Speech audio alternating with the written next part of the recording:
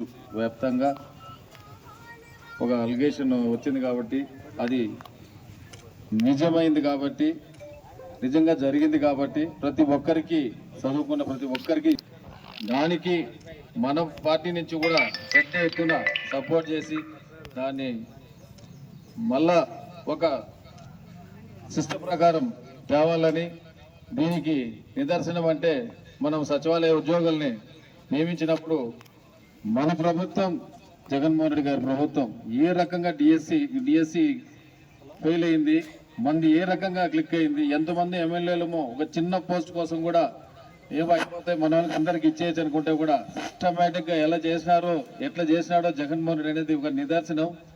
దాన్ని దృష్టిలో పెట్టుకొని ఈరోజు చేసిన వీళ్ళు కూడా ఆలోచించాలి. జగన్మోహన్ రెడ్డి గారి సిస్టమ్ ఎట్లుంటుంది, చంద్రబాబు నాయుడు సిస్టమ్ ఎట్లుంటుంది, లోకేష్ గారికి ఎలా ఉంటుంది. ఒక చదువు మీద అవగాహన ఉండి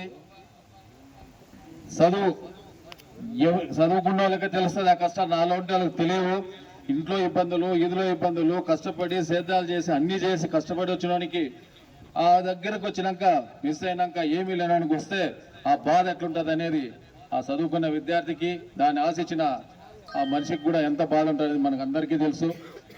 ఈరోజు నిజంగా నా వల్ల జరిగిందా ఎవరి వల్ల జరిగిందా తెలకన్నా కూడా సెంట్రల్ మినిస్టర్ రాజీనామా చేసినాడంటే సార్ ఏది జరిగిందో ఏది ఇంటారనాలి ఎప్పుడు కానీ అది కరెక్ట్ అయినా కాకపోని నైతిక బాధ్యత నేను తీసుకుంటానా, నేను రిజైన్ చేస్తాను తీసి మరుసటి రోజు పడేసినారు.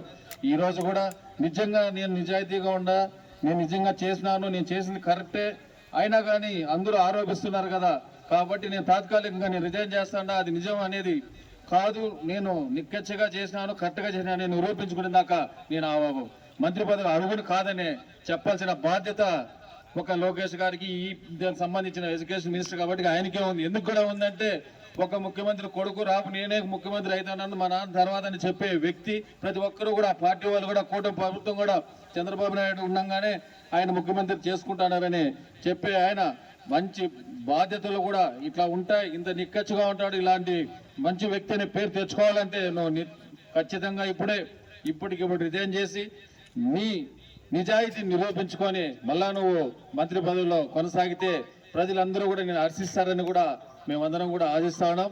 అలాంటిది నువ్వు చేయలేవని నీకు తెలుసు, నీ కుటుంబ ప్రభుత్వం తెలుసు. తప్పులు చేస్తేనే మా ప్రభుత్వం ఉంటుంది, తప్పులు చేయకపోతే మా ప్రభుత్వం పడిపోతారనే ఆలోచన మీకు బాగా వచ్చేసింది. మీరు ఏదైనా కానీ తప్పులు చేయాలా, వేరే వాళ్ళ మీద చెప్పాలా, తప్పు చేస్తేనే మా వాళ్ళు బాగుంటారు, తప్పులు చేయకపోతే కుడతనే ఉద్దేశంతో ఏదైనా సరే ఏది జరిగినా ఏ చెడ్డ జరిగినా కానీ మేము చేసిందే కరెక్ట్ కానీ వాళ్ళు చేసింది తప్పు అని చెప్పే పరిస్థితికి వచ్చినారు. ఉన్న ప్రభుత్వ వ్యవస్థలన్నీ కూడా ఒకదాని తర్వాత ఒకటి ప్రైవేట్ వాళ్ళకి అప్పగించుకుంటూ మీ ఇష్టారాజ్యంగా చేస్తా ఉన్నారు. ఇది మంచి పద్ధతి కాదు. దీన్ని కూడా ప్రజలందరూ కూడా చూస్తా ఉన్నారు, చూస్తూ ఊరుకోరు. ఇదన్నీ కూడా ఒకటొకటి అన్ని బయట వస్తాయి. మిమ్మల్ని అయితే నిలదీయడం గ్యారంటీ. ప్రతిపక్ష పార్టీగా అందరం కూడా వాళ్ళకు కూడా సపోర్ట్ చేసి వాళ్ళని కూడా కలుపుకొని మిగతా పార్టీలు కూడా 100% కలిసి వస్తాయి.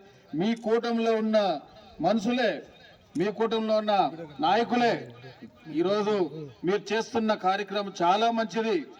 ఈరోజు చదువుకున్న వాళ్ళందరూ కూడా తెలుగుదేశం పార్టీకి చేసినా ఇంకో పార్టీకి చేసినా కూడా వైఎస్ఆర్ పార్టీ చేసే దీనికి మీ మాట మేము కూడా నడుస్తాం. మాకు కూడా న్యాయం జరగని, మాకు జరగకపోయినా పర్లేదు, మా లాంటి వాళ్ళు ఇంకా వేరే వాళ్ళు కూడా చెడిపోకుండా ఉండాలి, వాళ్ళు ఇబ్బంది పడకుండా ఉండాలి కాబట్టి మీలో మేము నడుస్తాం, మనం అందరం కలిసి చేద్దాం, దీన్ని న్యాయం సాధించేదాకా మీతో ఉంటామని తెలుగుదేశంలో చదువుకున్న వాళ్ళు ఉన్నారు, నాయకులు ఉన్నారు, జనసేన ప్రతి ఒక్కరూ కూడా పార్టీలకు సంబంధం లేకుండా మీతో మేము నడుస్తామనే పరిస్థితి వచ్చిందంటే ఖచ్చితంగా 100% చేసిన అందరు తెలుస్తా ఉంది.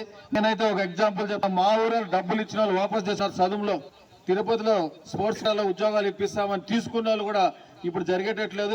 మీ డబ్బులు మీకు ఇచ్చాను 50% తీసుకోబోలేదు. ఇది నిరసనం అన్నమాట. ఒక్కదానికి దీనికి ఎక్కడైనా నేను చెప్పగలుగుతాను ఎవరికి ఇచ్చినారు ఎవరు తీసుకొచ్చినారు కూడా. మొన్న కూడా చెప్పినాను కలెక్టర్ గారి దగ్గర అందరూ మాట్లాడి కూడా చెప్పినాను. దాని గురించి వదిలేశారు. ఇలాంటి అవకతవకలు జరిగినాయి కాబట్టే ఇవన్నీ కూడా చేయాల్సి వచ్చింది. దీనికి మనం అందరం కూడా మన పిల్లల భవిష్యత్తు కోసం మనం ముందుకేసిన ఆవశ్యకత ఎంతైనా ఉంది అనేది ప్రతి ఒక్కరికి కూడా మనపై కూడా చాలా బాధ్యత. ఈ పార్టీకి కూడా మంచి పేరు తేవాలని, ఇలాంటి అవకతవకలు ఎవరు చేయకూడదనే ఉద్దేశంతో మనం